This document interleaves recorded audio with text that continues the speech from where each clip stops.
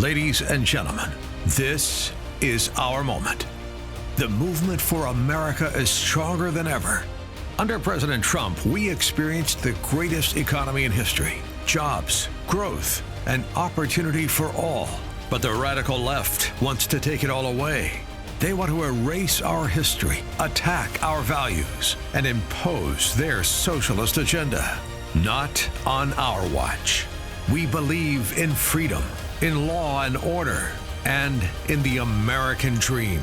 Trump fights for you. He stands up to the elites, defends our borders, and champions our Second Amendment rights. Together, we can reclaim our nation. Let's make America great again. We're not going to be in decline for long. We're the greatest economy in the history of our country. We're going to bring it back bigger, better, and stronger than ever before. Go and vote. Ladies and gentlemen, please welcome tonight's Master of Ceremonies and Moderator, Salem Media Group Senior Vice President, Phil Boyce.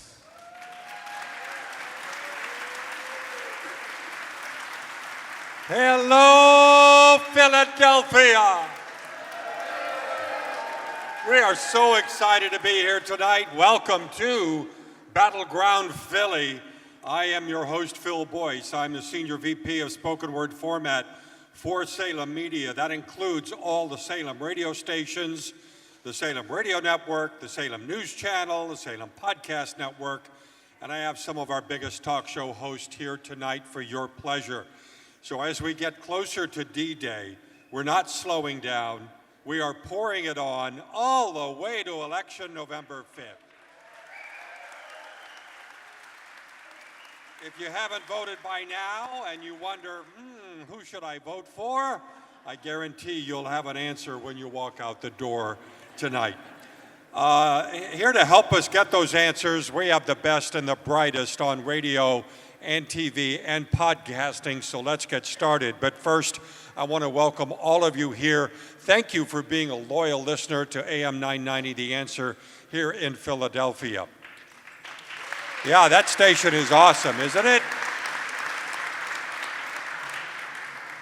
Our presenting sponsor tonight, Americans for Prosperity. Visit them online at americansforprosperity.com. They also have a booth in the back.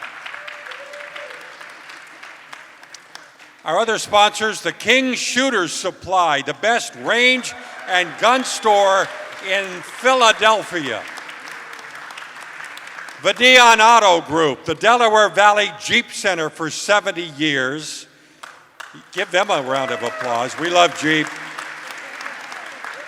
And the Atlantic Cigar Company, family-operated, discounted cigars delivered fast and fresh. I think they all have booths in the back, so make sure if you haven't seen them yet, you do so on your way out the door. If you do run or own a business or organization, please stop by the Salem display booth in the back. We provide a vast array of digital marketing opportunities as well as two great radio stations. Philadelphia's AM 990, The Answer. Philadelphia's Christian Radio, WFIL, AM 560, providing excellent advertising and event sponsorship opportunities. Well, it's always good to have a lawyer in your presence. And tonight we have two. Hugh Hewitt holds down the fort in Morning Drive across the country. And here in Philly, you have heard him 11 a.m. to 1 p.m. on The Answer. Hugh's been a debate moderator in years past and has developed a close relationship with one of the two presidential candidates. In fact, had him on the air this morning. He's watchable every morning on the Salem News Channel. Please welcome our morning man, Hugh Hewitt.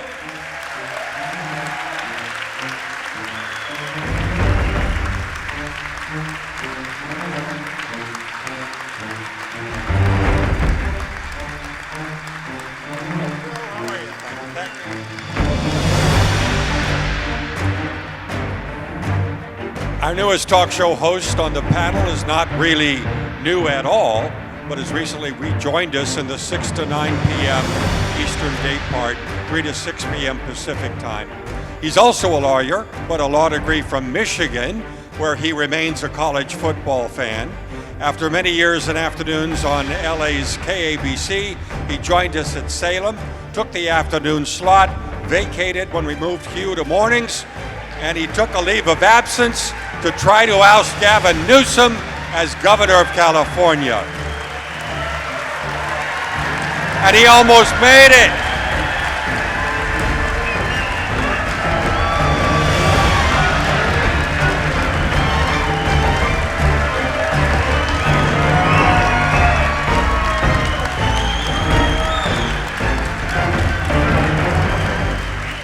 By the way, he's known as the Sage from South Central.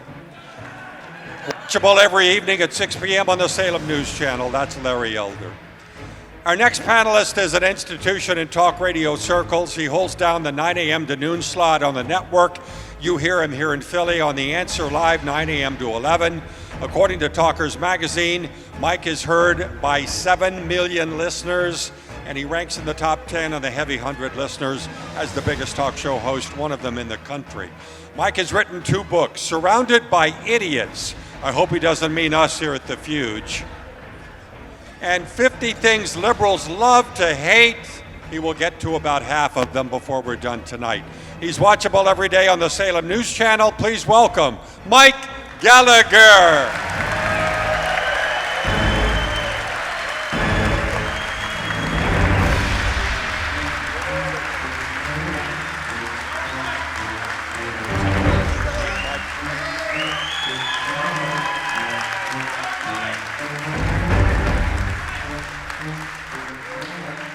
And finally, our morning man here in Philly is an icon of conservative talk radio here in this city since 2011, here on The Answer for the last 5 years.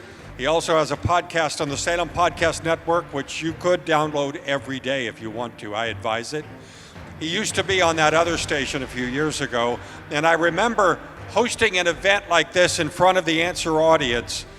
He hadn't been announced yet to the market. We had just signed him.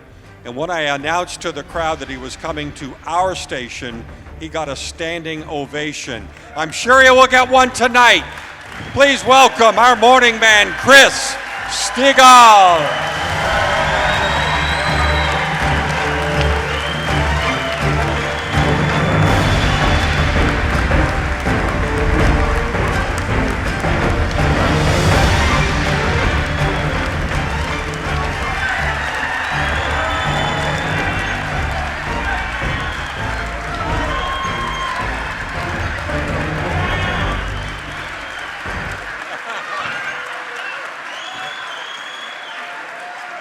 I think he's ready for Saturday Night Live. Tampon Tim is in the house. Let's get started by doing what we should do at the very beginning of an event like this and sing the national anthem. And we have our own Mike Gallagher to do that for us tonight. Please join me.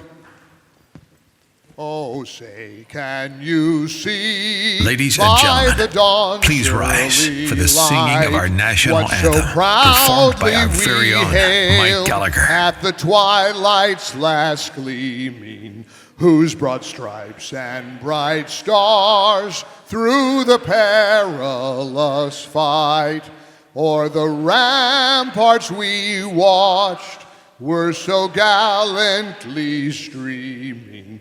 And the rocket's red glare, the bombs bursting in air, gave proof through the night that our flag was still there. Oh, say, does that star-spangled banner yet wave o'er the land of the free and the home of the brave?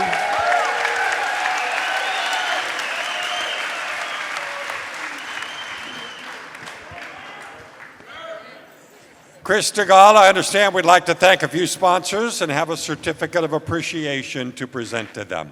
Yeah, we're excited to do this, Phil. Thank you very, very much. Good to see everybody tonight. And We really thank the people that make this evening possible, the great, great sponsors of this show tonight. And first, these folks have been our hosts now for at least 3 different occasions. And if you haven't been here before, how many of you, this is your first visit to the FUGE? First visit? Pretty nice, huh? We thank the FUGE here in Warminster, and we want to bring up Gene Blum.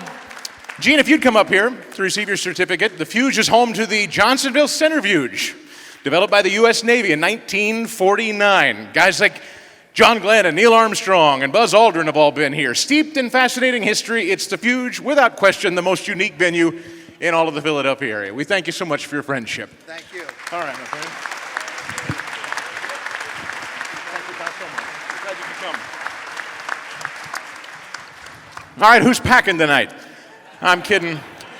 King Shooter Supply is in the house tonight, a supporting sponsor. Roger, would you come up here? Located on Church Road in King of Prussia, King Shooter Supply with an outdoor shooting range and gun store. Really knowledgeable folks. Been great friends of ours for a long time. All your firearms needs, it's King Shooter Supply. Thank you, my friend, so much for being here tonight.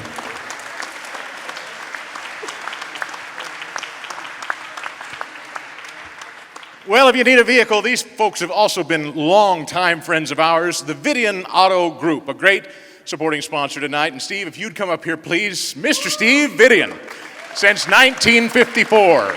The Vidian family serving the Delaware Valley. Frank Vidian's sons, grandsons, and great-grandsons carry on the Vidian tradition. And we are so grateful to have you here tonight, sir. Thank you so much for what you do.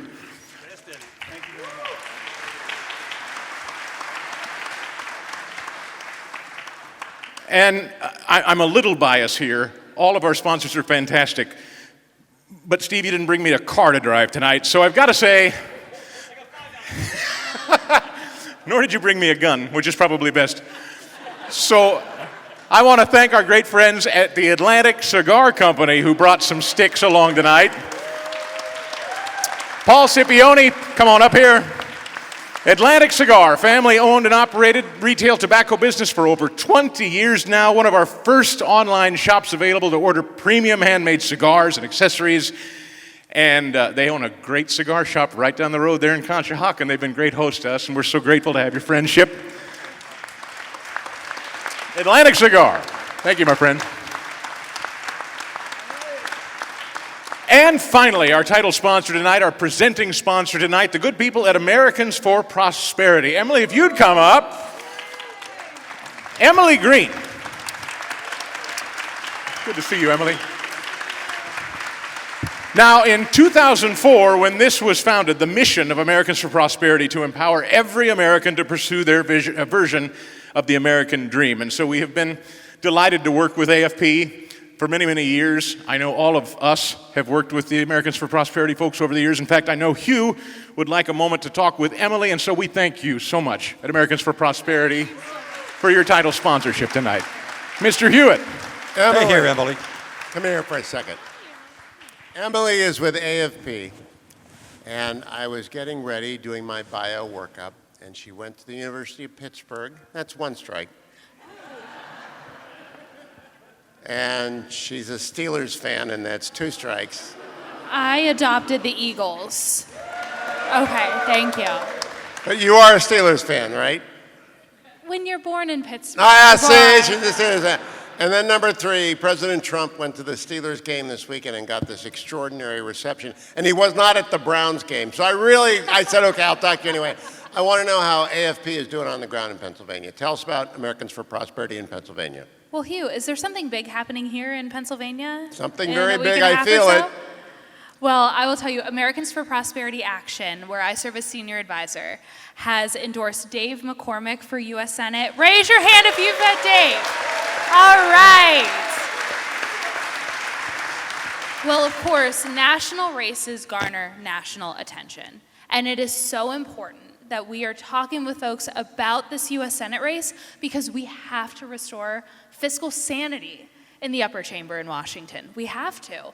Who would say their number one reason to vote is the economy? Raise your hand. All right. How about border security? Yep. How about gas prices skyrocketing? Okay. Access to health care? Yeah, I see a few hands. Well, I will tell you, you now just completed our door-to-door survey that Americans for Prosperity Action has done across the Commonwealth. And Hugh, we are about to hit 1 million voters as of the end of the week. Well, you know, we're excited. I want people to volunteer for you. We did this in Ohio, and we had more than 1,000 volunteers that night, but that's Ohio. So I'm making that up. How does anyone here who wants to help you in the final stretch get in touch with Americans for Prosperity in Pennsylvania? Well, we are going to be right in the back, and I would love our advisor to the PAC in Philadelphia, Rosalind Williams, to stand up. Please stand up, Roz. Rosalind Williams alone and her team has knocked 250,000 doors across Philadelphia and the collar counties. When we win on November 5th, we can thank the Philadelphia collar counties, am I right? Let's win this. So run to the back, get in touch with Roz, join our team. We're sprinting through the finish line on November 5th. Emily Green, thank you. For a Steelers fan, you're awfully smart. All right, go.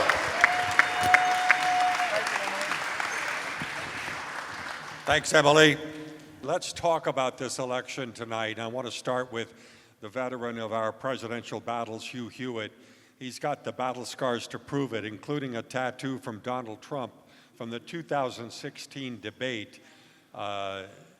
You've since made up with him, haven't you? Yes. Yeah, yes. I think you have. And you don't need to lift your shirt to show us your battle scar. You interviewed him this morning, I think, and you followed him for years. How is this Donald Trump that we're voting for soon different from previous versions, or is he the same? Has he learned how to watch that tongue and say the right things? Great question, Phil. Thank you. First of all, Philadelphia, thank you for having us. Any veterans here, stand up, please. We want to thank you, the veterans in the audience.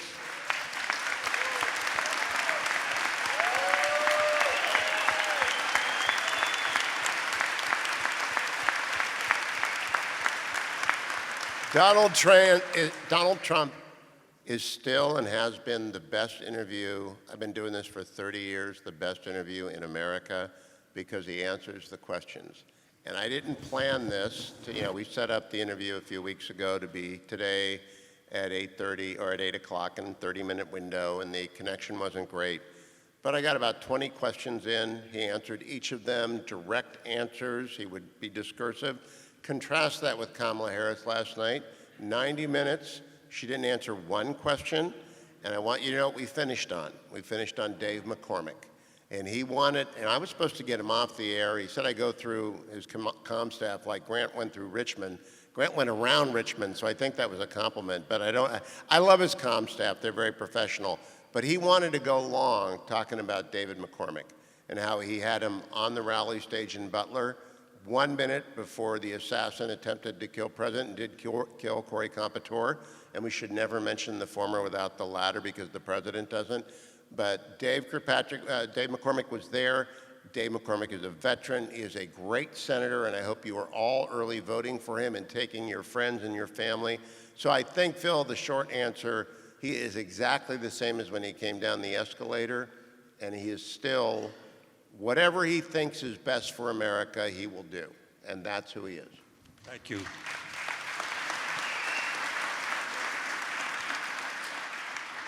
I want to ask a similar question to the one candidate on the panel who's actually run for office a couple of times, almost won. Larry, you are one of the most respected black conservatives in the nation. It appears Donald Trump is appealing to black males and Hispanic males more than any other GOP candidate for president ever has. Why do you think that is? And what does Trump have to do to reach black and Hispanic females? Well, I think that Donald Trump realizes that the black community has been taken for granted by the Democrats. The family has been destroyed by the Democrats. I've talked about this, I don't know how long.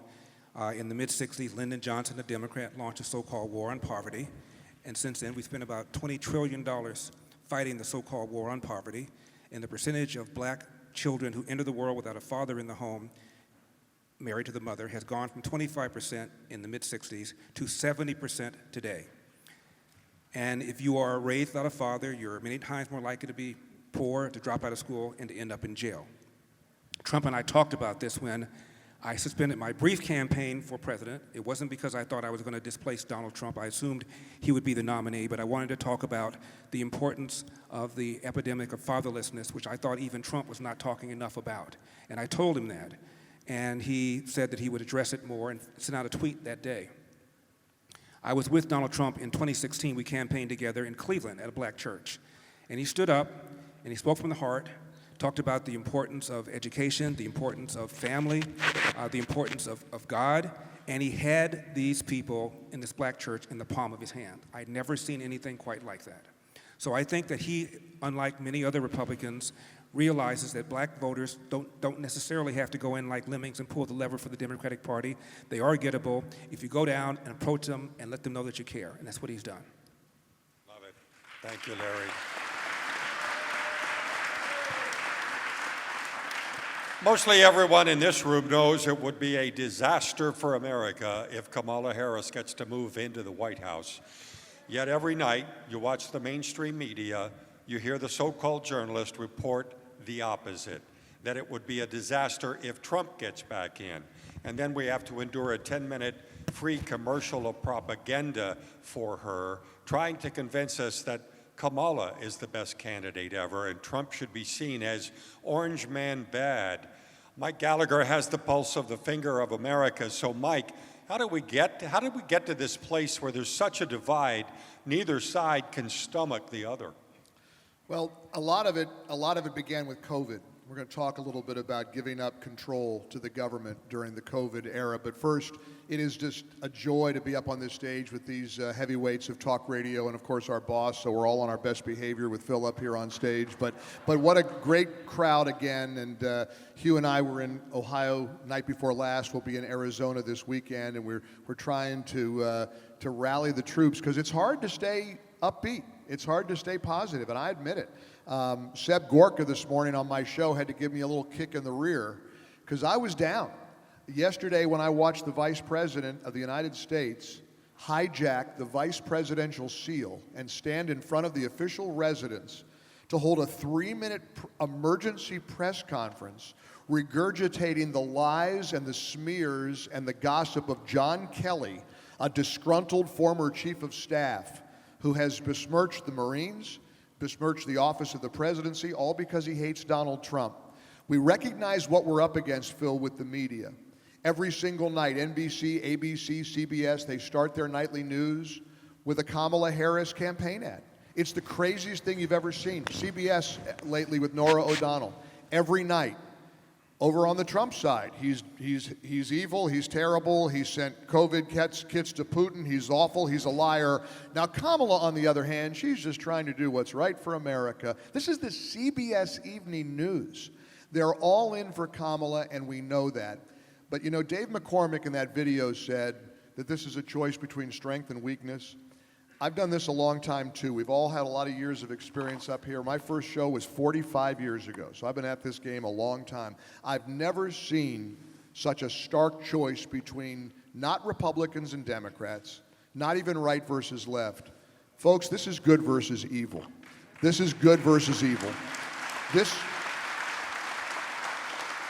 for Kamala Harris to intentionally put a bullseye on the back of Donald Trump by calling him Adolf Hitler. And I'm sorry, that may sound provocative, but that's exactly what she did yesterday. She is this man has been nearly killed twice. They've shot him.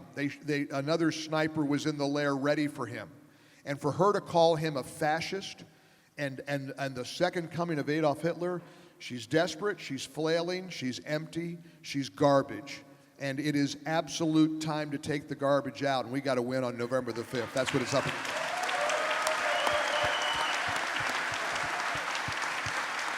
Thank you, Mike. Chris, there's no doubt that Pennsylvania is at the epicenter of the battleground states. And in fact, some argue that if Trump wins Pennsylvania, the whole country comes along too. Of course, the opposite can also be said. If Trump loses this state, maybe he can't win. Let's go to our local morning man here at News Talk 990, The Answer. Chris STIGALL. What do people here say, Chris? Well, first of all, we happen to be sitting in the most important county in the entire Commonwealth. Do we not? How many of you guys have already voted, out of curiosity? Look at that. Look at the early voters. You were one. All right. So, how many of you were at McDonald's on Sunday? Now sorry, I can't see you guys over there. Hi, guys. That McDonald's moment right here in our backyard, I believe, maybe you guys will disagree, was maybe one of the most important moments in modern political history. I think he sold it that day. I really do. I think he closed the sale that day. I think it happened right here. And as Mike said, I felt only a little different about it, and I talked about it this morning. I felt as she threw her tantrum, what I marvel at and I can only follow is Trump continues to become more composed and cooler and smoother and of more good cheer, and he's having more fun and he's more optimistic, and so is J.D. Vance. And I say, if that guy can be shot twice, or nearly shot twice, his home raided, impeached twice, nearly bankrupt, 4 court appearances in 95, whatever they were, if he can go through all that and go on Joe Rogan and have fun, we can be happy warriors, we can be optimistic, we can go to battle for him and be positive for him, and I think we are. And I think Pennsylvania's gonna go. I do. If we're talking among friends, I think we're gonna bring it home for him. Because, you know why I think? Because we've got a tiny little governor named Josh Shapiro. And here's my working theory about little Josh. He desperately wants this gig. Desperately wants this gig. So if you'll note, Josh Shapiro is not out running around Pennsylvania trying to help his sister, is he? No, they're sending him out to Wisconsin. Why? Like, he's supposed to be the biggest political star in Pennsylvania, and he's not here. I actually think there's nothing better for Josh Shapiro than to see Trump win Pennsylvania, and that's why I think it's going to happen. Just my theory. Phil, Thanks, Chris. you know, a note about that brilliant McDonald's move that was one of the greatest political maneuvers I've ever, any of us have ever seen. A poll came out today among 18 to 24-year-olds. Did you see this? Of 18 to 24-year-olds who were sort of undecided about who to vote for, 39% had a better impression of Donald Trump because of McDonald's in Bucks County, PA. 39%. Love it. Hugh Hewitt, you are a firm believer in a strong military. Donald Trump proved to be a major supporter of the military. He was able to chase the caliphate out of Iraq. He started no new wars. He held NATO's pocketbook to the fire, made them contribute for our collective protection. He wants us out of Afghanistan too, but not the hide and runway that Biden used to get us out. Why is Trump so much better for the defense of our country than Kamala Harris would ever be? Well, I noticed from Chris that when you stand up, you get to see the people in the far back. And thank you, Chris. Good move. Thank you, Hewitt. Pro tip, stand up and look. I asked the president this morning about whether or not he would use all of his effort to rebuild the American military. I've got a son-in-law floating around the Persian Gulf right now, and the Houthis are shooting at him. And someone asked me, why am I supporting Donald Trump? And I told them, I think that will stop the day he takes office. I really do believe that will be over.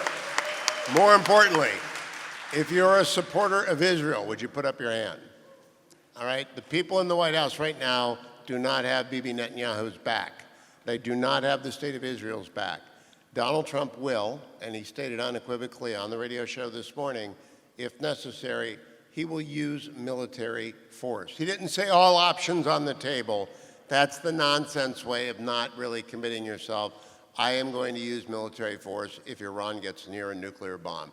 So we finished, before we talked about Dave McCormick, about returning to this city, the Philadelphia shipyard, a ship a month. All right, it doesn't have to be here. It can be in Kennebec in Maine. It can be in Mississippi.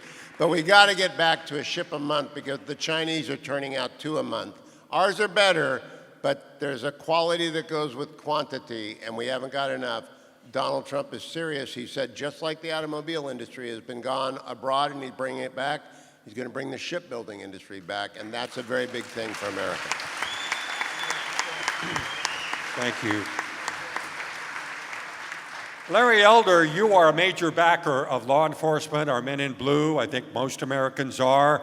With these two candidates, we have a stark contrast. One wants to defund the police and hogtie them. Another wants to give them the support they need and protect our citizens from runaway crime that's gotten out of control under this current administration. How important is this election for those of us who want law and order in America?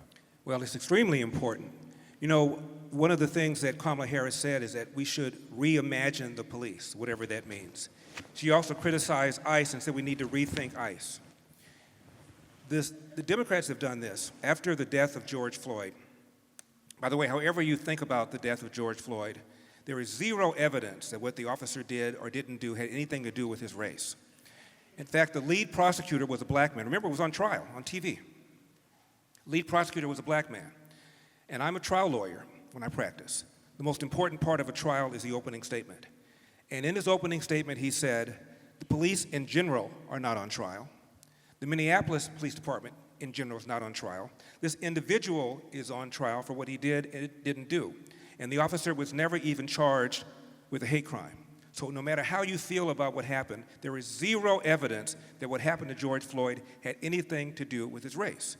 Yet we had 4 months of protests, 2,000 cops were injured, 25 people died, there was about $2 billion of insured property damage, another $1 billion or $2 billion of uninsured property damage, all because of an assumption by millions of people. There must have been about 4 million people who participated in these protests, some of which turned violent because of the death of George Floyd. What's happened is something called the Ferguson effect or the George Floyd effect. If there are any officers here, you know what I'm talking about. It's a phenomenon of pulling back from the normal proactive policing for fear that you'll be accused of engaging in systemic racism. As a result, crime has gone up, violent crime has gone up, and the people most affected by that are the very black and brown people that people on the left purport to care about. One more thing, there was a website called policemag.com. And they asked self-described, very liberal people, how many unarmed black men did the police kill in 2019? 50% of the self-described, very liberal people thought the police killed 1,000 unarmed black men in 2019. 8% thought they killed 10,000. What you ask, do they just regularly describe liberal people think?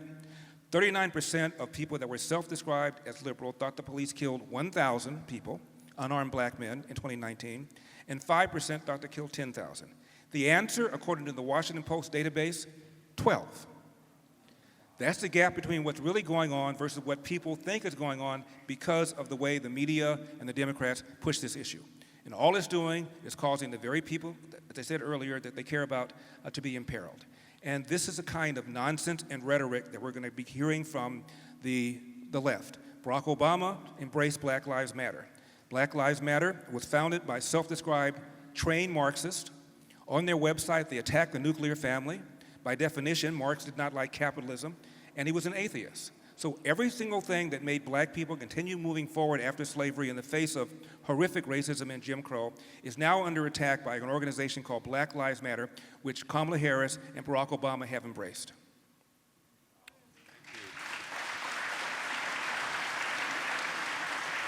Thanks, Larry. Mike Gallagher, you too are a big believer in the police. You started Gallagher's Fallen Officer Fund to help families who lose a loved one in the line of duty. What is it about Kamala Harris and her running mate, Tim Walz, that keeps them from understanding that if we keep going down this road, we'll have chaos in America, crime will be rampant, we'll have a hard time finding good officers who actually want to be of service to their communities? First of all, I'd like to thank Chris for making us all stand up and sit back down. We're in these comfortable big chairs, and you gotta set the. Go ahead, stand up. Okay, Tampon Tim. Easy, Tampon Tim. And incidentally, please take pity. Please join me in praying for our brother and our colleague Hugh Hewitt. You see, when Hugh does an evening event, he doesn't do his radio show the next day. He takes the day off because it's so physically taxing. Now, Elder and Stigall and Gallagher will all be on the air tomorrow. We'll be working, but Hugh's going to be sleeping in his suite at the hotel. We call him the Kamala Harris of broadcasting. she's taken, and seriously, isn't it astounding that she really did take 2-3 days off this week, 2 weeks before the election? Doesn't that make you think something's up? Doesn't that make you wonder? There's nothing normal about taking 2 days off if you're a presidential candidate 12 and 13 days before the election. She's either thrown in the towel or maybe she thinks the fix is in. And that is something that we all have to be aware of. We all know what shenanigans are capable of being done by these dirty Democrats. They'll do nothing to stop at winning. We know that. That's why so many governors and legislatures have come up with election integrity laws to make it better. But at the end of the day, we got to make it too big to rig. We have to make it too big to rig. Trump is right. Phil is right about my love for law enforcement. About 25 years ago, I visited one of my stations in South Bend, Indiana, and I got word that there was an officer who had been shot and killed in the line of duty serving a warrant, and they had gotten word to me that he was a big fan of my show, and he and his wife were big listeners, so I wanted to meet her. And they brought me to the house, and I spent a few hours with this young widow with 3 tiny little kids. And she was so worried about how they were going to pay the next bill. There were going to be some pension funds, and there were going to be some funds available at some point down the road, but they had immediate financial needs.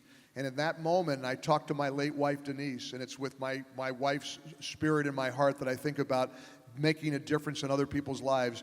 We gave birth to Gallagher's Heroes, the Fallen Officer Fund, and we have raised over $5 million for the families of police officers killed in the line of duty.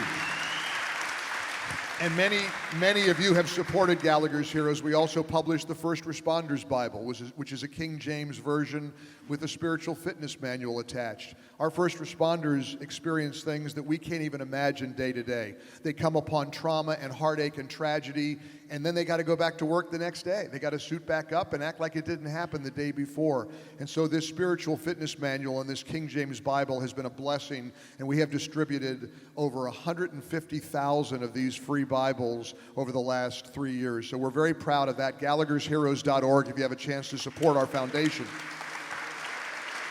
But, you know, Kamala made a conscientious effort not to pick Josh Shapiro to be her vice presidential running mate. She didn't dare offend the anti-Semites of the squad.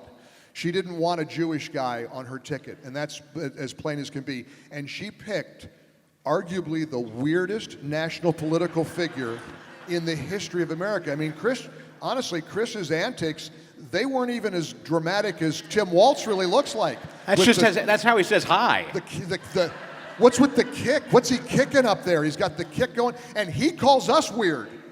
He calls us weird. It's bizarre, but more than just strange and flamboyant and whatever. And a lot of you are old enough to remember the guy. Remember the guy, Rip Taylor, with the wig? And he would throw the confetti out, and he comes prancing out. That's all I ever see with Tim Walz whenever he comes out on stage. But beneath that weird, goofy, goober demeanor is a very mean, insidious guy, and I'll tell you why. I have 2 sons, actually, who live in Minneapolis, Minnesota. And they've experienced what it's like to have a governor turn his back on law enforcement. We have a vice presidential running mate of the Democrat whose wife bragged that during the riots of George Floyd, she wanted to keep the windows open of their home so she could smell the burning tires, because it was such a moment, like she was talking about the spring tulips or something. I mean, these people are, by the way, full stop, these people are nuts. They are absolutely kooks and screwballs, but they are no friends of law enforcement. Tim Walz told the police and ordered the police to stand down. They let the precinct be taken over and burned to the ground, and it's still just a shell to this day. It's like a monument to anarchists and Antifa.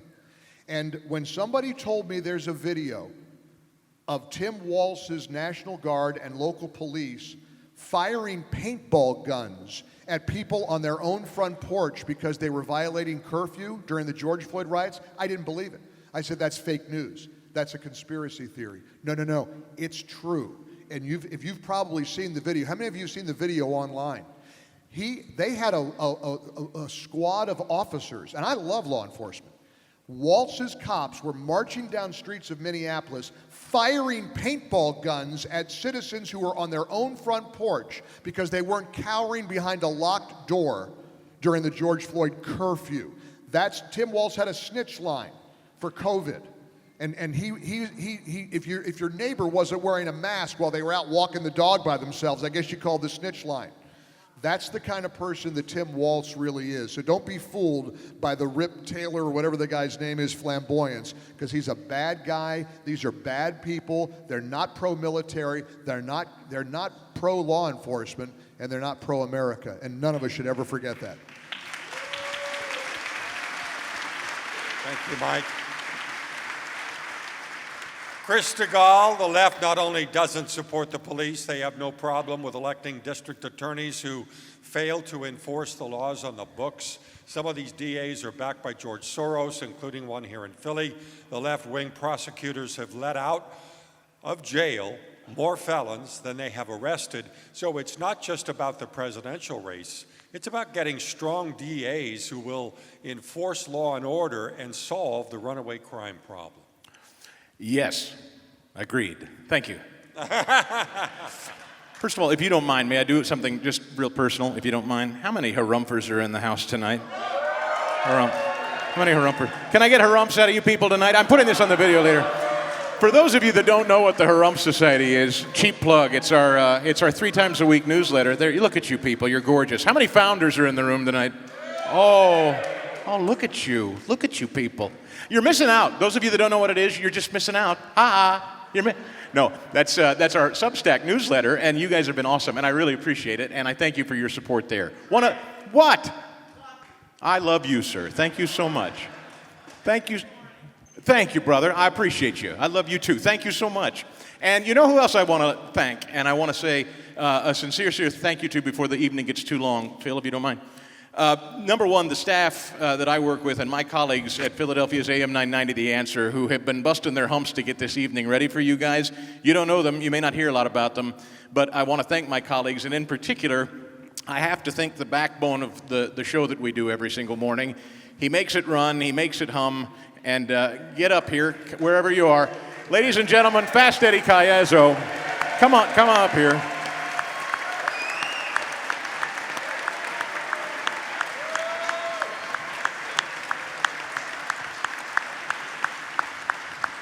Thank you guys so much. I just want to say, please vote. In Philly, they always said vote early, vote often. If you can do that, please do it. Thank you, Chris. He wore a tie for you people tonight. We're lucky most mornings if he wears pants. This is really impressive. Thank you, Eddie. That's Fast Eddie Cayazzo. That's who you talk to.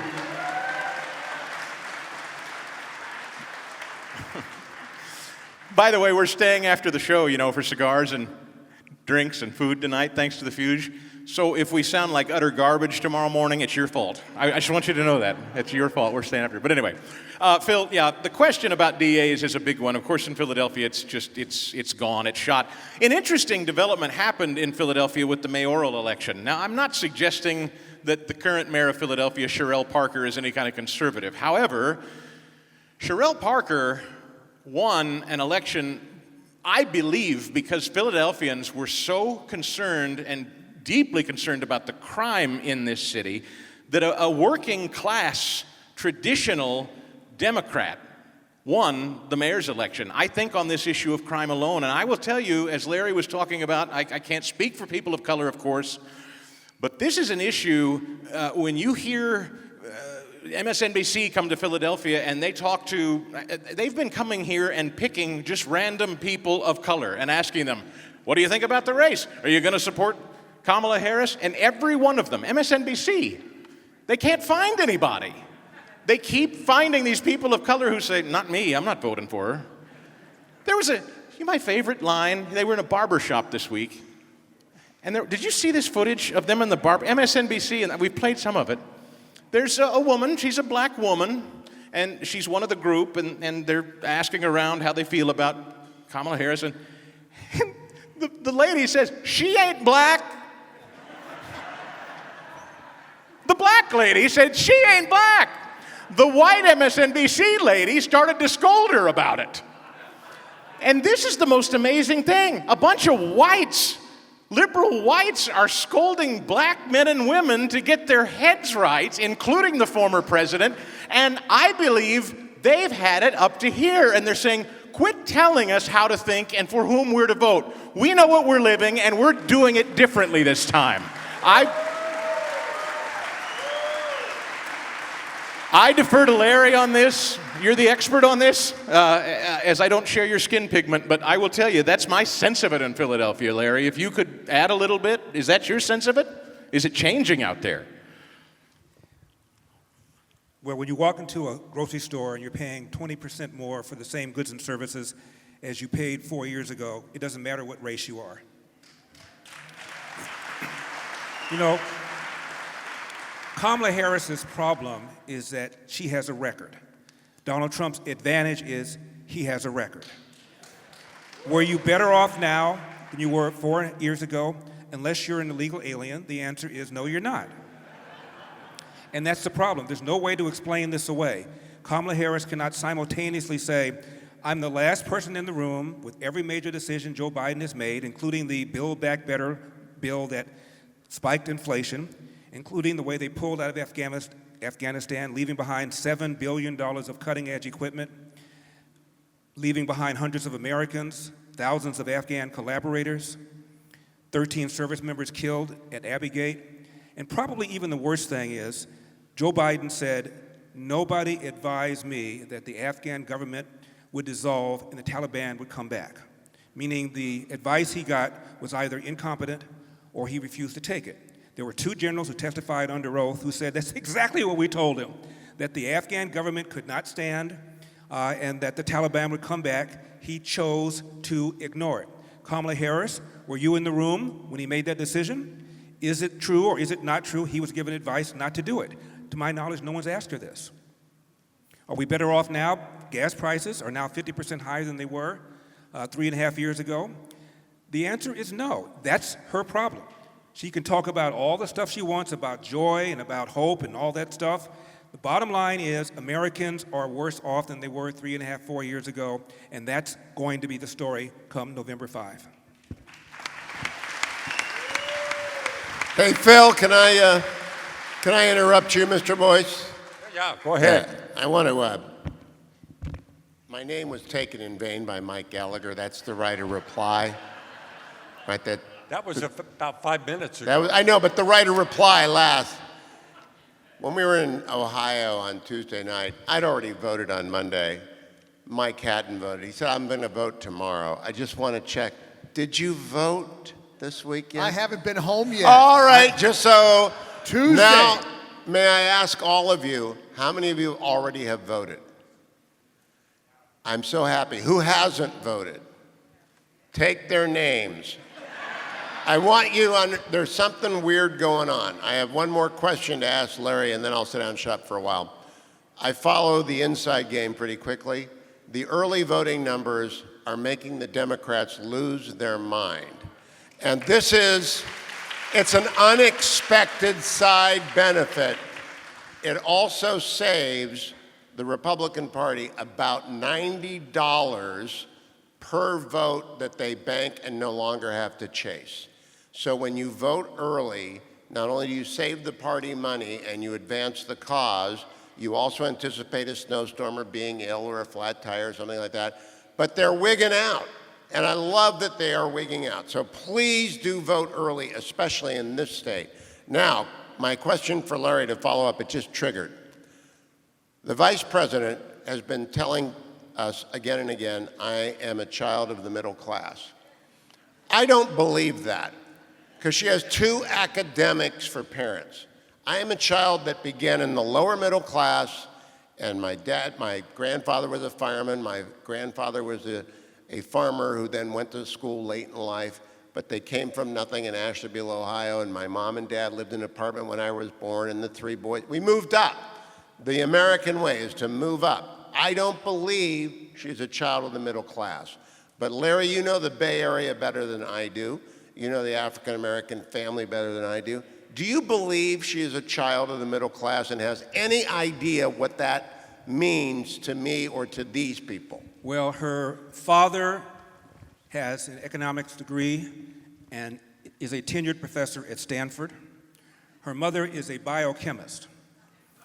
If that's middle class, give me some of that.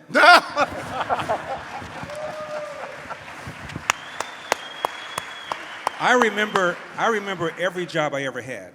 My first job was, I was 10 years old. I worked for my dad, who cleaned toilets when I was growing up until he started a cafe when I was 10 years old, which he ran until his 80s. I remember every job I ever had. How is it that Kamala Harris worked at McDonald's? Nobody knows her, nobody saw her, nobody can remember her. I don't believe she ever worked there. She said when she had her debate with Donald Trump, she was asked the fundamental question, are you better off now are people better off now than they were 3.5 years ago? And her answer was, so, I was raised middle class.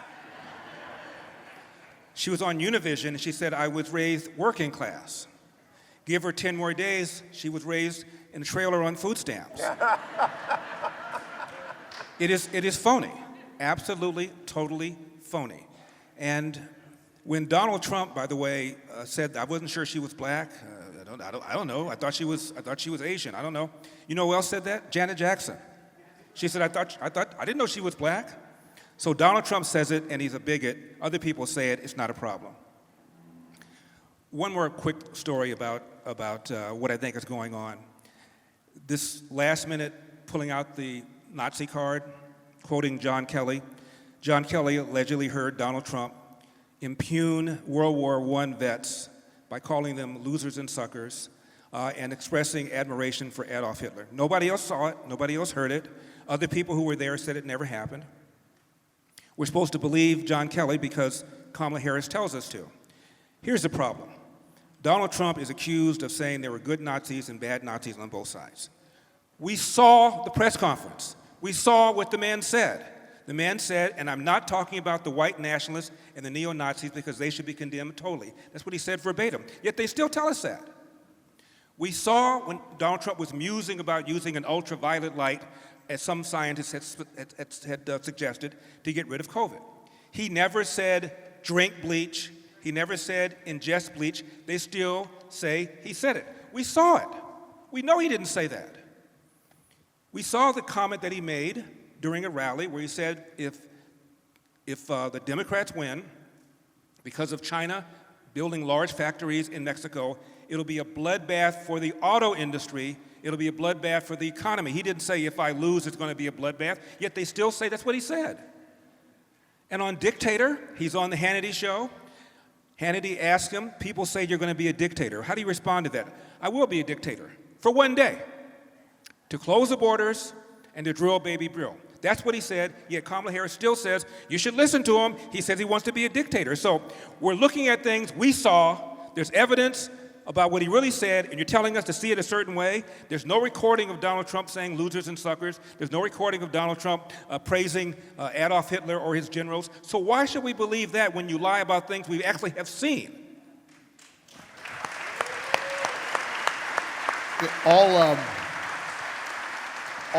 All four of us have been blessed and lucky and privileged enough to interview President Trump and spend time with him. We know what kind of guy he is. And there's a side of Donald Trump that people never see.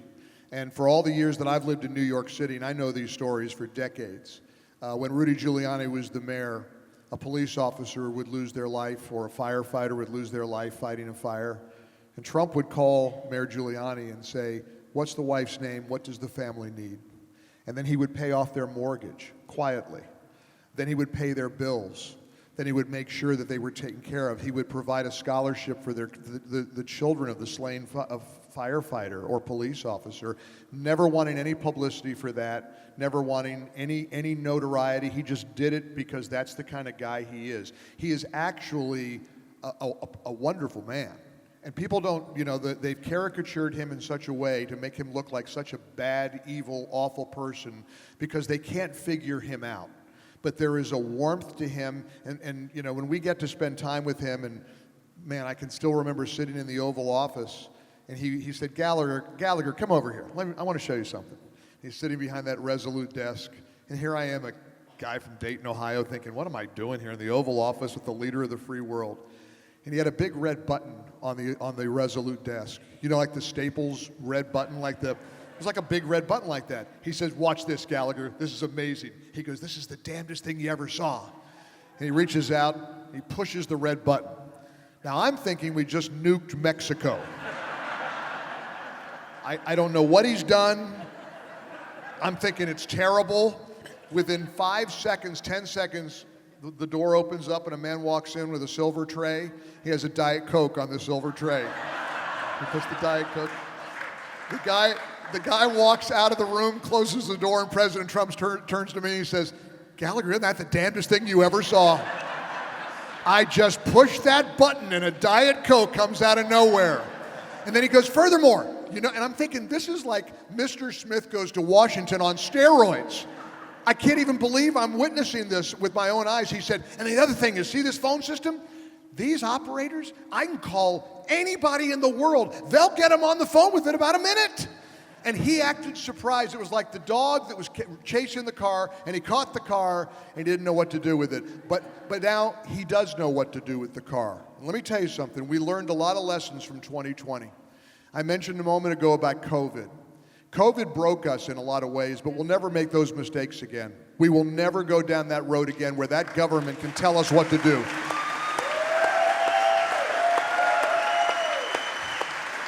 Never again will we let a dictatorial, tyrannical governor tell us we got to take a jab or a shot or a vaccine or you're going to lose your job. Never again are they going to tell us you got to wear 4 masks while you walk down a bus or go on a subway or take a bus somewhere. Never again will we make that mistake. And we made the mistake in voting in 2020, quite humbly, because we were in a state of shock. And we didn't embrace early voting like Hugh so aptly said we must do. That's why we're going to win in 2024, because we are early voting. We are going to flood the zone. And we are going to make it too big to rig. And the mistakes that Trump made, and admittedly he made some. President Trump shouldn't have hired a guy like John Kelly. And I asked Seb Gorka this morning on my show, who knows them all. And Seb, boy, he's got nothing good to say about General Kelly. If you heard my show with Seb, he said, Seb said, I spit on his legacy. I spit in his general. It was like a skit out of Monty Python, but I was right there with him. And he said, he loathes that guy. But here's what Seb told me. When I said, well, why did he hire him? He goes, what was he before he was elected in 2016? He was a businessman. He was a mogul. He was the host of The Apprentice. He wasn't a politician. He didn't know the swamp then. He didn't know the deep state then. Well, guess what? He knows it now, and he knows who to hire, and he knows who to avoid, and that's why he's going to have the most magnificent presidency in the history of the country.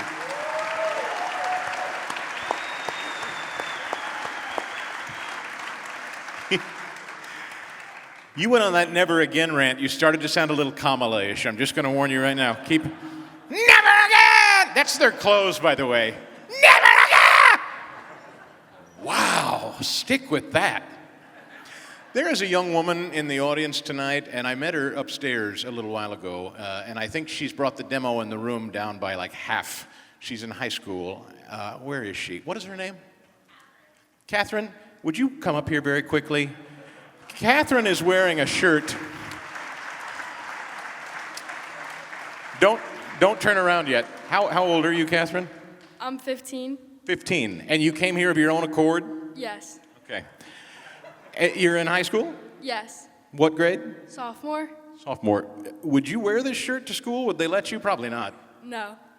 Would you mind turning around and showing everybody your shirt, please? Get this on camera. Hold there.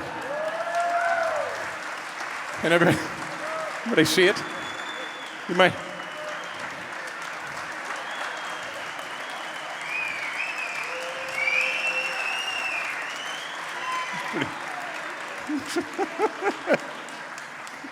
If you can't read it, will you join people in the back and let them read it later?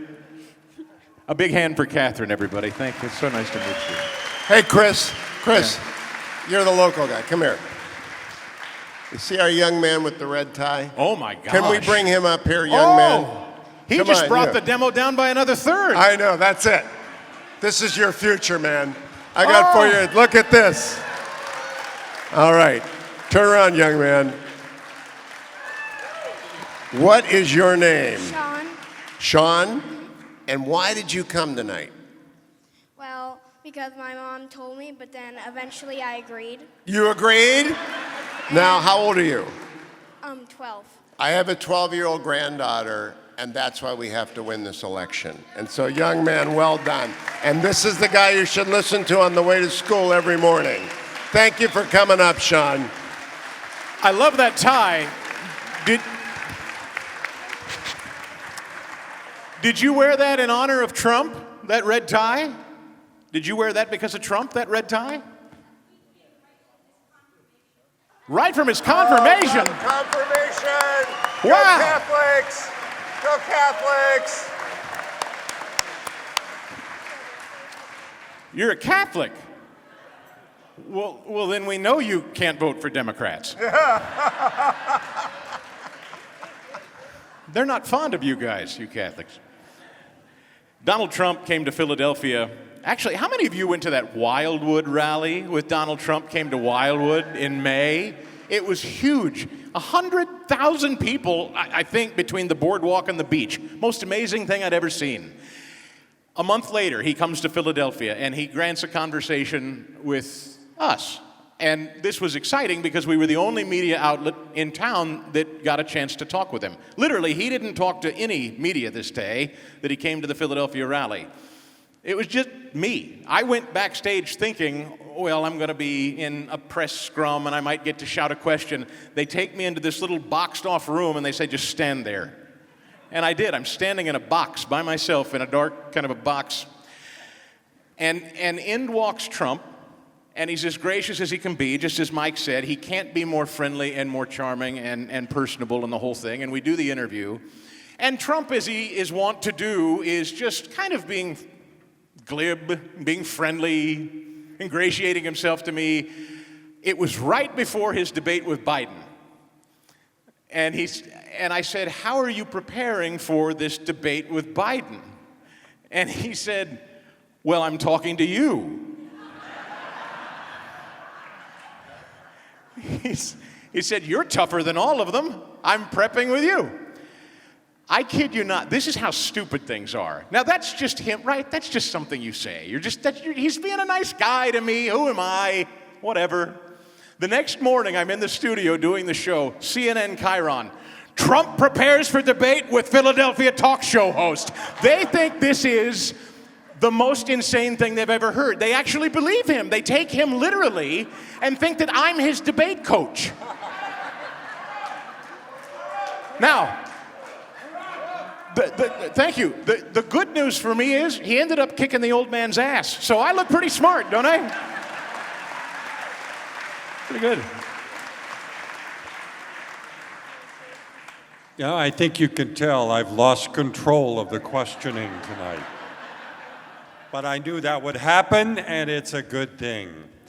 Let's get back to a few topics. I mean, look, when I was putting this thing together, it's like a target-rich environment. What do I leave out? There's so much to talk about, but there's one thing we got to talk about tonight, and I want to throw this to you, Hewitt. The southern border is a crisis, but Kamala Harris is now pretending she's all for shutting down the border, even though there are 50 clips of her condemning the border wall and criticizing Trump for trying to build it. It is apparent now their strategy. Get as many illegals into the country as possible, give them the right to vote, and take over America for the foreseeable future, possibly forever. How can we stop this radical takeover of our great country, Hugh? All right, I'm a dissenter. Your great Archbishop Emeritus, Chaput, is a good friend of mine. And he and I email almost every day. And he always says, Hugh, you're tough on the border, and that's okay. But a lot of people come across that border who are here because they are desperate. They are not part of a plot. They are just looking to take care of Sean or whomever is with them. And then there are a lot of evil people who are bringing a lot of people across to exploit them, put them to work, put them into terrible places, and that it is our job. I'm a how many Catholics we got here? I'm a pretty Catholic, all right? Whoa! This How is many a of you very eat holy fish on audience here. Friday? Very Yeah, this holy is audience. like Mrs. Paul's time. We have an obligation to do well by these people, but at the same time, you can't overwhelm the country. I mentioned my great-grandfather got here with nothing from Ireland and went to work on a coal mine, and that's the American way. And the Irish were the most discriminated against people in the country. We can absorb 10 million people. We have to stop the terrorists. There are 50,000 military-age men from China who have come into this country in the last 18 months. 50,000. 135 people on the terrorist watch list that we have arrested and released. That doesn't count for the getaways. The Iranians are trying to kill Donald Trump. They're trying to kill Mike Pence. They're trying to kill Mike Pompeo, Robert O'Brien, John Bolton, because the Iranians are stupid. John Bolton wasn't even there when they killed Soleimani, and Mark Milley. And I have my problems with everybody not named me. But it is not for others like this. They're not taking a border seriously. And so we fix this by methodically saying, and I really believe this is the way, and Trump's like me. He's a border hawk and a regularization dove. Come on in, let's talk. If you've got a job and you'll go, we don't want 20,000 Haitians showing up in my home state of Ohio in Springfield at once because it overwhelms the city. Can't do it. It's happened here in Pennsylvania as well. I can't remember the name of the town. Okay, I couldn't spell it in a million years, right? 8,000 people show up. It overwhelms a little city. So when we collapsed on Vietnam in 1975, tens of thousands of Vietnamese came to Southern California. They camped at Camp Pendleton, and they were distributed across the United States. A family came to Warren, Ohio, where I grew up, and our parish took them in, and we raised them. We can take care of the 10 million. We can turn them into great Americans. We actually, because of the scourge of abortion, need people. We are below replacement rate. We're not as bad as China. We're not nearly as bad as some of the European. We're not like Russia. Russia's got like a 0.8 replacement. You need 2.1 children per family in America to keep our population where it is. And we got to grow. We got to get more energy. We got to get more jobs. We've got an exciting future. I wish I was Sean, because in 58 years he's going to be my age, or in 55 years he's going to be my age, and this world is going to be so different and so exciting and so extraordinary if we're in charge of it. And so we've got to seal the border, finish the wall. And I want to mention about CNN one more thing last night. Anderson Cooper, and I've worked on and off with Anderson for 25 years. He's a lefty, but he's relatively fair as lefties go. He let Kamala give him a word salad on the border and on the border wall, and she didn't answer. And he said, well, what about the border wall? You've said it's a terrible thing. And she didn't answer. And he said, but you say you want the border bill back, but it's got $650 for the border wall. And she made fun of it. She would not say in front of the audience that she wants a border wall. Well, unless and until we have a wall, the visible expression of an invisible resolve to control the entry into our country, we will not be safe. And then we offer everyone, come on in, we're not going to make you citizens, you're not going to get the vote, but if you're peaceful, if you're at work, we'll find a way for you to stay for 4 or 5 years and we'll figure it out. But unless and until we get that border wall built and we get it manned, we are not a country, we are a passing by opportunity for people to send people here to do us harm. And I don't know, I'm not going to ask. A lot of you have lost loved ones to fentanyl. I know that. It's almost inevitable when I do an event at any locale in the United States that people have lost fentanyl, and I don't ask you to put up your hands. That's by design of the Chinese. They're trying to kill us and addict us and destroy our society. China is our enemy. They're not our adversary, they're not our competitor, they're our enemy. And they are sending tens of thousands of people here, and they're providing the precursor chemicals to the Mexican cartels. It's a giant business, and Trump has got to stop it, and Kamala simply didn't, and she won't. If I could respectfully, it'll take me 10 seconds. I'd only respectfully push back on one aspect of Phil's good-natured, good faith, good heart. Donald Trump has promised the biggest mass deportation plan in the history of the United States. And he's right. We are a compassionate country, but there's no more room at the inn. There's only so much we can do. And I go tomorrow night, I'll be at a hotel in New York, and I'll be right off of 8th Avenue, and I'll see men, women, and little children at 2 in the morning with despondency and despair on their faces. They're selling little packets of fruit and candy because they're in this country illegally. Their parents made a terrible decision to bring them here. They broke our laws. And my heart breaks for the story that Hugh said, but Trump is right. If we don't have the biggest mass deportation in our country's history, we don't have a country anymore.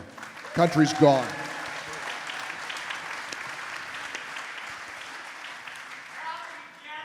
I was picked up by a driver from the Philadelphia airport. We started talking. He's from Bangladesh. It took him 15 years to get his green card. And the only time he raised his voice is when we began talking about illegal immigration.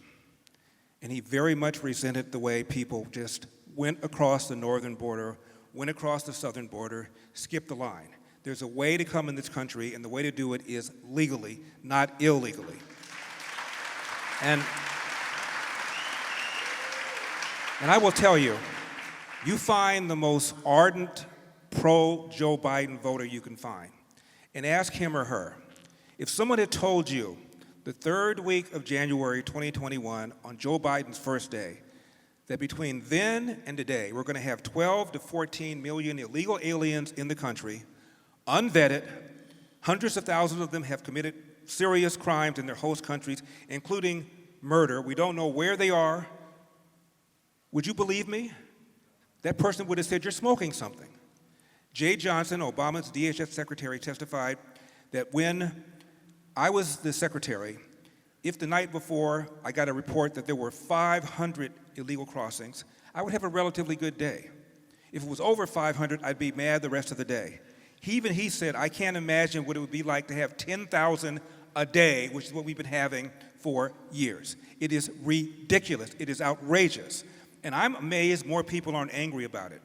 I remember watching Bill Maluzhin, the Fox News guy on the border, after the Biden administration. He speaks fluent Spanish.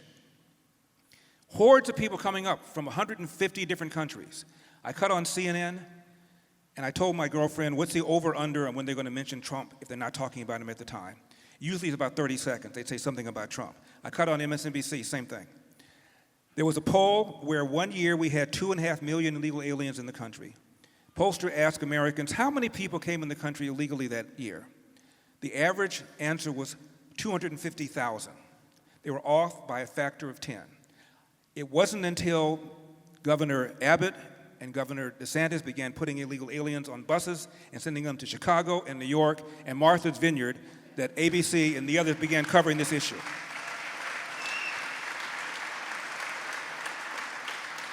It doesn't matter the motive. I'm sure that many of them are here because they feel that this is going to provide them a better opportunity. It doesn't matter.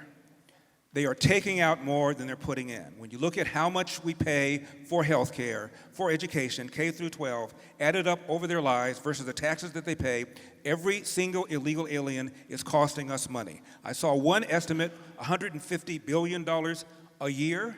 It is not fair to the taxpayers. It's not fair to other people who are working here. The Civil Rights Commission did a study. This is years ago, before we had the 12 to 14 million people in here illegally. And they found out that the group most hurt by illegal aliens are black and brown workers with high school or less education living in the inner city, because almost all of the illegal aliens don't have very much education.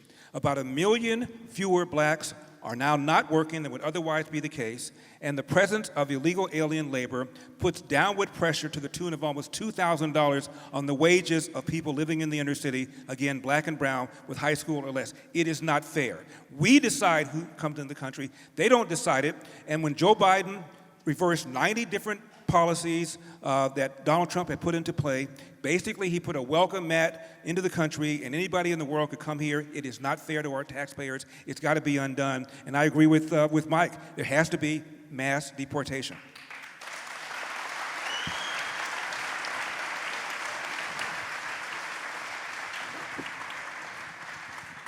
Chris, let me switch topics on you for just a bit. I touched on this earlier, but I didn't get a chance to ask it. Israel has been under attack forever, but last October 7th, that attack was vicious, violent, horrified the world. Israel is fighting back, trying to save its own country now. They're now surrounded by Hamas, Hezbollah, and the lurking terror of a nuclear-armed Iran, which the Biden-Harris campaign is oblivious to. If the Middle East turns into a powder keg, how does that damage security across the world? What can we do about it? Oh, wow. Well, I wish I was smart enough to answer all of that, but I do know this. That attack brought out the absolute worst in the American left. I didn't think that I could find people more loathsome, and then they figured out a way.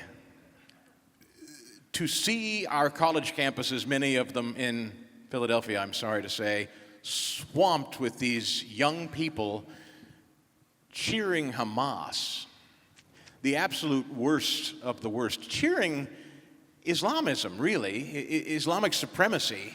And I find it amazing that the Democrat Party, the party of women, cheers Islamists, people that would throw them off of buildings for being gay, people that cover their women with head to toes, with slits for eyes, subjugate their women. They're second class all the way, if even that. And the American left seems to be more in the camp with Islamists and Islamic fundamentalists than they are with our allies in Israel. To me, and I'm not a foreign policy expert, but I think this is yet another thing that happened in the last year that made sane, normal people say, wait a minute, you're standing with the people that flew in and murdered Israelis. You're cheering for them. You're saying the Israelis are the aggressor. Now, I understand none of us are pro-war. I understand everybody would like to wrap up a war as soon as possible. But Benjamin Netanyahu's not asking our help, nor is he asking our permission. And as far as I'm concerned, as long as our boys aren't involved, I say go kick their butts, BB. Keep at it and turn them into a parking lot. It's not our business. It's not our business. And if he has business to finish, I hope he does.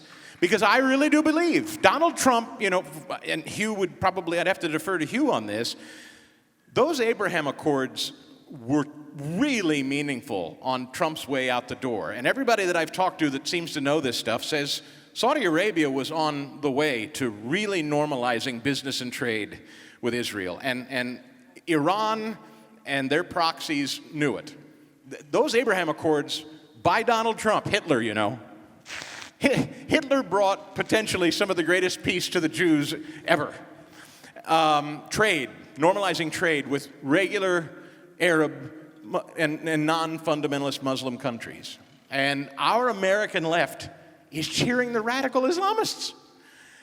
How do we fix it? We elect Donald Trump. That's all I can say. I don't have anything smarter than that. That does seem to be the universal answer, doesn't it? It's a cheap one, but I think it's true. It's take back our education. All right, good point. She said, take back our education. I think that's a good point. Yeah, we've allowed the left to indoctrinate our children. That's, look, don't get us started. These guys will go nuts on this. We're down to about 10 minutes left, and it's enough time for 3 bonus questions. And I'm going to throw this out to anybody who wants to answer it. Keep it brief, and then we'll try to get them all in. Bonus question number 1. In the past month, we have lived through 2 horrific hurricanes, Helene and Milton. Helene not only hit Florida, but caused major flooding in Georgia, North and South Carolina. Still 93 people missing in North Carolina. Seems like these storms are increasing in frequency and velocity. Maybe, is there something to this global warming thing? Was our former vice president correct, or should we just relax? I'll go as the designated dummy here and get the audience upset. Climate change is real. However, it is a consequence of progress. And adaptation and mitigation is the way to go. It is very easy to adapt. Sit down with Doug Burgum for 3 hours, which I did, the governor of North Dakota. Carbon capture is very possible. Fracking does not threaten the environment. We produce the cleanest fuel in the world, and we are not the problem. China and dirty coal is the problem. The answer is not to cripple the American economy. The answer is to triple the American economy using all sorts of power, especially modular, small modular nuclear reactors, SMRs. They are the future. And while it is true, it is also not catastrophic. We need to stop scaring people about it. It is a cycle. We go through cycles, but I do live most of the year in Maine, and the Gulf of Maine is up appreciably. The lobsters are moving north, not the end of the world. You adapt, you mitigate. Storms get bigger, you build bigger breakwaters. It's a reality, it's truth. We don't win anything by being anti-science, but we do win when we are, okay, we've dealt with a lot worse than this, and we will figure it out. And incidentally, if there's a Pennsylvanian who thinks that Kamala Harris is really in favor of fracking, oh my God, I've got a bridge in Brooklyn I'd like to lease you for the summer months. And she's lying. I'll just add, Hugh, I have now seen 3 Mile Island is back online, courtesy of big tech. Amazon, Microsoft, and Google are all onlining nuclear power facilities for their own AI use. We have to double the base load. We have to double the amount of energy in the United States to keep ahead of China in AI. But most of all, I don't know where we get the arrogance that planet Earth is this static temperature that should exist for us like it's a thermostat. We have a creator. I believe in a creator. I don't control the ocean or the wind or the sun. I don't control it. Now, maybe Al Gore can convince you he does, but I'm not that arrogant. The climate is always changing. That's why they switched from global warming to climate change, so heads I win, tails you lose. There's no evidence, according to the United Nations and to NASA, that hurricanes are more frequent or more severe than they've been in the last 150 years. It's causing more damage because people live in hurricane-prone areas, and where people live, they build stuff. But there's zero evidence that they're getting more frequent and being more severe, which is what you hear on the left all the time. The planet does appear to be getting warmer, maybe about a degree or so in the last 100 years. That is not catastrophic. What's a hoax is climate change alarmism. That's a hoax. It's also a religion to these people. These people are obsessed, they're consumed, and that's the Mike Gallagher rule of thumb with these people. They're nuts. May I add, they also make a lot of money out of being alarmist. Ask Al Gore. That's true. It is an unfortunate thing in the world to make a Greta Thunberg a person to whom we give any deference. It's a shtick. And our shtick is, you can't keep our shticks up for a combined 120 years or however many years we have in radio unless you speak truth. Their shtick doesn't hold up very long because it's not true. We can adapt, we can mitigate, we can grow. And they've made a bunch of predictions that haven't been true. Based on what Al Gore said in Inconvenient Truth, we should have all been dead 10 years ago. He made a lot of money. Very true. All right, guys, bonus question number 2. The left is all freaked out about misinformation. They would love to wipe out the First Amendment, form a government truth detector, so they can come after us on the right for telling the truth, because they can't handle the truth. Really, what they consider misinformation is nothing more than a difference of opinion, but it seems like we are not allowed to have ours unless it lines up directly with theirs. Sorry, America doesn't work that way, and thank God for the First Amendment giving us freedom of speech and religion. How can we combat the left's obvious intent to create the thought police and block us from telling the truth?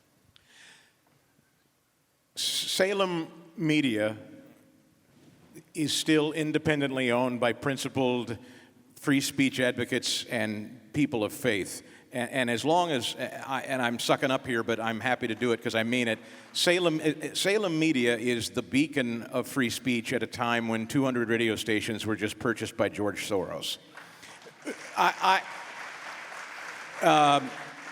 I can't predict the future, but I'm honored and privileged to work for this company because I think it may be the last entity standing for what you were just discussing, in my view.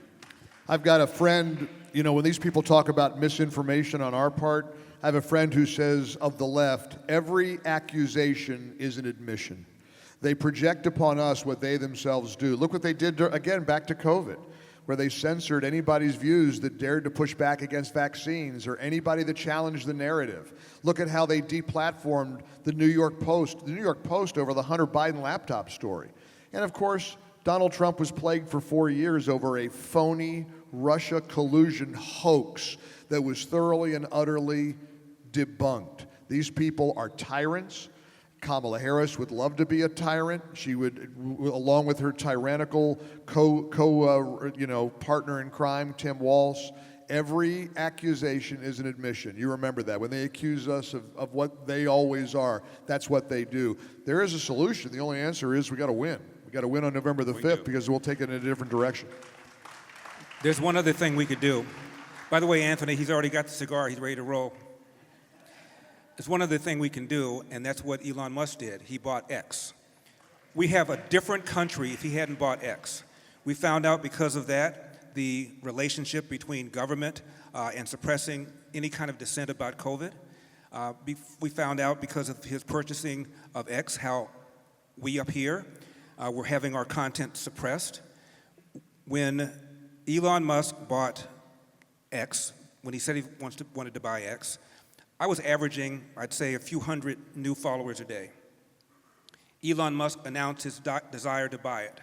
All of a sudden, I'm getting 2,000 a day. Then, as you recall, the negotiations dragged. He decided he wanted to back down and not buy it. It went back down to what it was. Then he bought it. It went back up again. Clearly, and it's not just me. I have other friends who are on X, too. They all had the same problem. Clearly, our stuff was being suppressed, deprogrammed, depanned, whatever word you want to use. We need to buy more platforms. Somebody needs to buy the LA Times. Somebody needs to buy the Washington Post. Somebody needs to buy CNN. We need to buy our own platforms. Buy the New York Times, fire everybody, and hire reporters. I'm going to go full Attila. If you subscribe to Legacy Media, I work for the Washington Post, and I spent 4 years with NBC, had the lowest rated show in the history of MSNBC. Very proud of that. Legacy Media is broken. They're broke. And people like Chris, what's the name of your Substack, Chris? The Harumph Society. The Harumph Society. How many of you subscribe to the Harumph Society? All right. Those of you who do not have your hands up, subscribe to the Harumph Society because it is within Philadelphia a force for good. Moreover, I want you to subscribe to the Ruthless podcast and podcasts across the conservative aisle because we're destroying legacy media. Washington Post lost $100 million last year. They're dead, right? I know, it's my newspaper. But Jeff Bezos, and I work for Fox. I don't get paid by Fox, but I work for Fox. I just think we're going to kill him if we'll put our money where our mouths is into the Harumph Society and into Ruthless Podcast, into Getting Hammered Podcast, the Salem Podcast Network. Build up, because I don't want us to build by dinosaurs like the LA Times. I want us to build the new alternative ecosystem because that's why we're winning. We've broken the old media monopoly. It's taken 25 years. It began with blogging, and it's not coming back. Thank you for supporting Chris. Get more subscribers to the Harumph. There you are. There you go. Plug Chris. All right, Hugh. I'll buy your dinner. He's not a cheap date. Thank you, Hugh. We got to wrap this up because Hugh's got his beauty sleep because, oh, that's right, you're not doing the morning show tomorrow. No. Why do we have to wrap it up? We could stay till midnight. Kamala hours. But you already got my third bonus question, Larry. It was going to be about Elon Musk and social media. How many of you know the 3 things you can't say on YouTube? You can't criticize LGBTQ. You can't criticize the vaccine, and you can't criticize the election of Joe Biden in 2020. Any of those three things, you will get kicked off YouTube. Which is why I'm proud to say I'm still suspended on YouTube, by the way. Thank you. Badge of honor. Thank you, guys. I appreciate you coming out here. It's always amazing to me how we can fill up a room like this with our fans and just hang with our people. And we thank every one of you for supporting AM 990, The Answer, and all of our shows. You mean the world to us. Thank you. It's such a Thank great you very experience much. for all Thank of us. Get out. If you haven't vote, vote. And fight, fight, fight. God bless you, everybody. Fight.